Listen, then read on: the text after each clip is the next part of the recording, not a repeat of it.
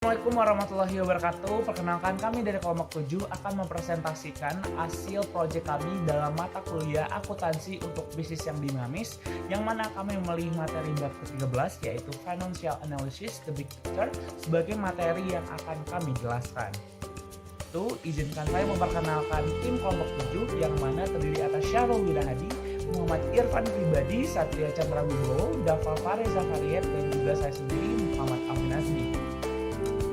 Sustainable income atau pendapatan berkelanjutan merupakan tingkat pendapatan yang diproyeksikan ataupun diprediksikan akan tercapai oleh perusahaan dalam kurun waktu tertentu di masa depan. Nah, pendapatan ini juga berbeda dengan pendapatan bersih sebenarnya. Kemudian ada discontinued operation, merupakan dengan artian lain yaitu pelepasan ataupun pemberhentian beberapa komponen bisnis, bisa salah satunya adalah kegiatan operasional ataupun kelompok pelanggan untuk bisa melakukan efisiensi. Namun, kegiatan operasi tersebut tetap dihitung laba dan juga ruginya setelah dikurangi dengan tax yang telah berlaku. Kemudian, extraordinary items merupakan peristiwa material yang tidak bisa kita prediksikan dan terjadi bisa kapan saja. Bisa saja itu terjadi hari ini namun esok tidak. Contohnya adalah bencana alam, kemudian ada perubahan peraturan menurut undang-undang, bisa juga terjadi penyitaan barang oleh orang yang berwajib seperti itu.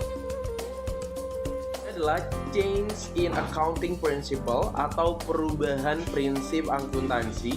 Biasanya terjadi ketika prinsip akuntansi yang dilakukan ketika tahun berjalan berbeda dengan prinsip yang dilakukan ketika tahun sebelumnya. Hal ini biasa saja terjadi karena memang perubahan prinsip yang ada. Dan yang selanjutnya akan ada comprehensive income yang merupakan pendapatan komprehensif berasal dari jumlah pendapatan komprehensif dan juga kegiatan operasional yang terjadi, bisa dari kegiatan penjualan barang ataupun jasa. Akan tetapi tidak dilibatkan perhitungan yang berdasarkan dari investment by stockholders dan juga distribution to stockholders. Dalam analisis perbandingan akuntansi terdapat dua metode yang umum digunakan, yaitu analisis horizontal dan analisis vertikal. Keduanya adalah teknik yang membantu analisis keuangan untuk memahami dan mengevaluasi kinerja keuangan suatu perusahaan dengan membandingkan data keuangan dari berbagai periode waktu tertentu. Berikut akan saya jelaskan lebih mendalam apa itu analisis horizontal dan analisis vertikal. Dimulai dari analisis vertikal. Analisis vertikal melibatkan perbandingan komponen individual dalam laporan keuangan suatu perusahaan dalam periode waktu tertentu. Tujuannya adalah untuk memahami struktur dan proporsi masing-masing komponen terhadap total dalam laporan keuangan tersebut. Yang selanjutnya adalah analisis horizontal. Analisis horizontal melibatkan perbandingan data keuangan dari suatu perusahaan antara dua periode waktu atau lebih. Tujuannya adalah untuk melihat perubahan dan tren dari satu periode ke periode lainnya serta mengevaluasi pertumbuhan atau penurunan dalam kinerja keuangan perusahaan. Kedua metode analisis ini dapat memberikan wawasan yang berharga dalam memahami kinerja keuangan suatu perusahaan. Analisis vertikal membantu dalam memahami struktur dan proporsi komponen dalam laporan keuangan, sedangkan analisis horizontal membantu dalam melihat perubahan dan tren dari satu periode ke periode lainnya. Oke, saya akan menjelaskan tentang rasio analisis. Rasio analisis adalah ukuran suatu metrik finansial di dalam dunia keuangan. Yang pertama, kita akan mengenal solvency ratio, profitability ratio, dan liquidity ratio. Untuk solvency ratio adalah rasio atau kemampuan suatu perusahaan untuk memenuhi kewajiban finansial jangka panjangnya. Rasio solvabilitas mengukur tingkat kewajiban perusahaan dan kemampuannya untuk membayar utang jangka panjang. Rasio solvabilitas terdiri dari rasio utang terhadap ekuitas, rasio utang terhadap aset, dan rasio-rasio yang lainnya. Kemudian kita akan mengenal profitability ratio. Profitability ratio adalah kemampuan suatu perusahaan untuk menghasilkan laba.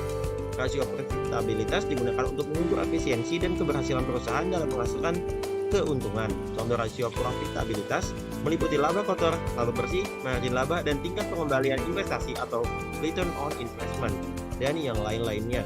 Kemudian yang terakhir, kita akan mengenal liquidity ratio. Likuiditas mengacu pada kemampuan suatu perusahaan untuk memenuhi kewajiban finansialnya dalam jangka pendek. Rasio likuiditas mengukur kemampuan perusahaan untuk membayar utang jangka pendek dan memenuhi kewajiban segera. Contoh rasio likuiditas meliputi rasio lancar atau current ratio, rasio cepat atau quick ratio, rasio cash ratio, dan rasio-rasio yang lainnya.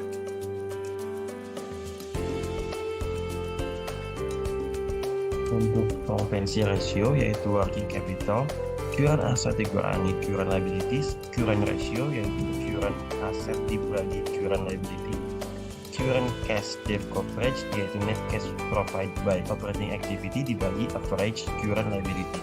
Untuk inventory turnover, cost of goods sold dibagi average inventory, days in inventory yaitu 365 hari dibagi inventory turnover, account receivable turnover yaitu net credit sales dibagi average net account receivable, dan yang terakhir average collection period yaitu 365 hari dibagi accounts receivable turnover. Pada profitability ratio yaitu ada earning per share, net income dikurangi preferred dividend dibagi average common share outstanding, price earning ratio, stock price per share dibagi earnings per share, gross profit rate yaitu gross profit dibagi net sales, profit margin yaitu net income dibagi net sales, return on asset yaitu net income dibagi average total asset, asset turnover yaitu net sales dibagi average total assets, dan payout ratio yaitu cash dividends on common stock dibagi dengan net income, dan yang terakhir return on common stockholders equity yaitu net income dikurangi preferred dividends dibagi average common stockholder equity. Liquidity ratio yaitu debt to asset ratio adalah total liability dibagi total asset, cash debt coverage yaitu net cash provided by operating activities dibagi average total liability, time interest earned yaitu net income ditambah interest expense ditambah tax expense dibagi interest expense, dan yang terakhir free cash flow yaitu net cash provided by operating activities dikurangi capital expenditure dan dikurangi cash dividend. Quality of earnings. Quality of earnings adalah sebuah konsep yang digunakan untuk mengukur sejauh mana laporan keuangan sebuah perusahaan mencerminkan bagaimana keuntungan potensi yang sebenarnya dimiliki oleh perusahaan tersebut. Sebuah perusahaan yang memiliki quality of earnings yang tinggi akan memiliki informasi yang lengkap dan transparan yang tidak akan menutupi atau menyesatkan pengguna laporan keuangan. Quality of earnings ini merupakan satu hal yang penting karena laporan keuangan itu akan memberikan laporan atau informasi yang akurat, relevan, dan dapat dianggap atau digunakan oleh para pembangun kepentingan seperti investor, kreditor, dan juga tenaga keuangan. Selanjutnya mengenai alternatif accounting method, yang mana hal ini merujuk pada berbagai pilihan yang tersedia bagi perusahaan untuk melaporkan transaksi dan peristiwa keuangan mereka. Dalam konteks quality of earnings, penggunaan alternatif accounting metode ini dapat mempengaruhi kualitas laba perusahaan. Beberapa contoh dari alternatif accounting methods ini dapat mempengaruhi kualitas laba. Pertama itu pengakuan pendapatan. Kenapa ini bisa mempengaruhi? Karena metode akuntansi ini berbeda karena dapat menggunakan metode seperti metode recognition of revenue when earned atau metode pengakuan pendapatan saat diterima, dan juga ada recognition of revenue when cash is received.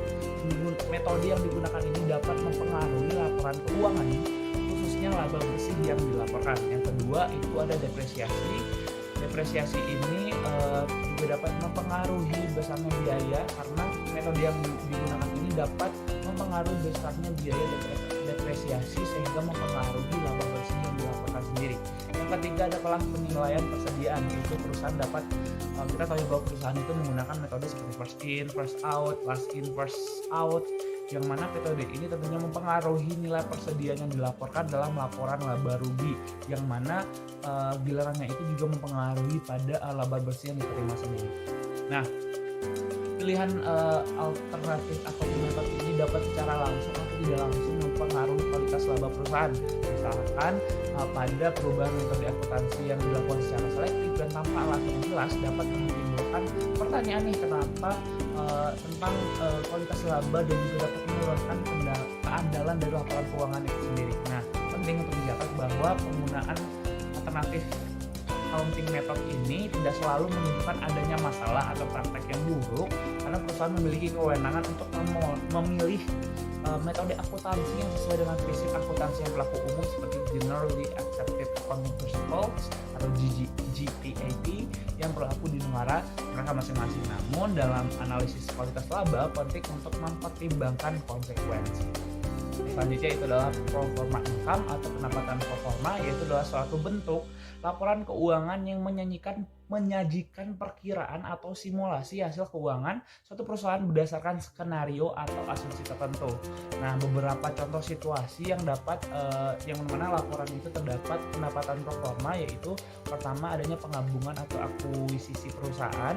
Ketika dua perusahaan itu bergabung atau mengakuisisi suatu perusahaan lain, laporan pendapatan pro forma dapat disusun untuk menunjukkan bagaimana hasil keuangan gabungan akan terlihat.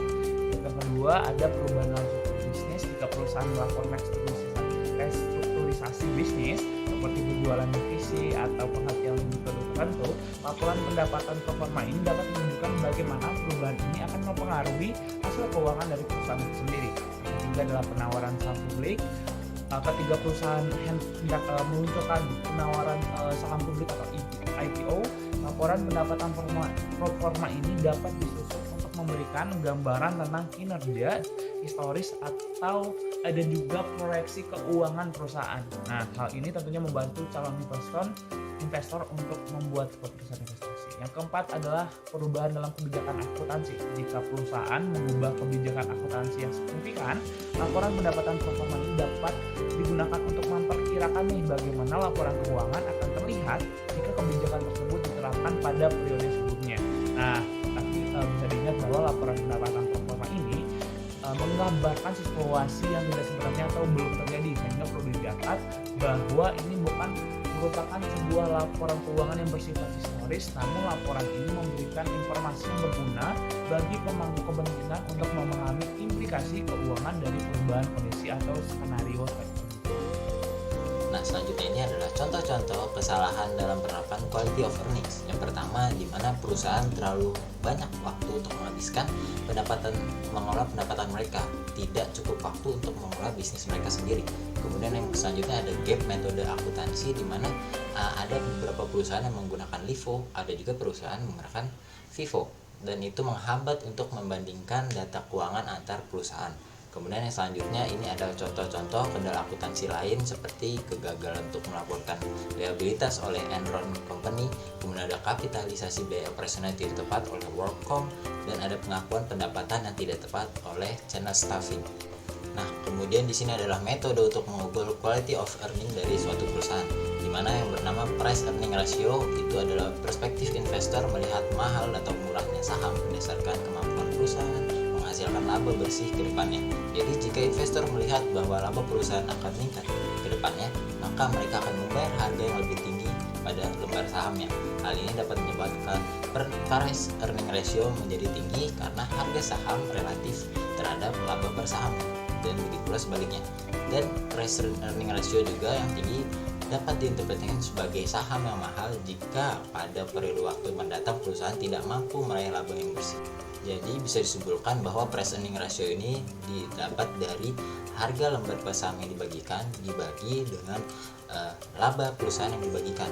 Nah, di bawah di sini juga ada contoh dari earning per share-nya dan price earning ratio-nya. Oke, terima kasih atas perhatiannya Bapak dan Ibu. Kurang lebihnya dari kelompok kami mohon dimaafkan. Wassalamualaikum warahmatullahi wabarakatuh.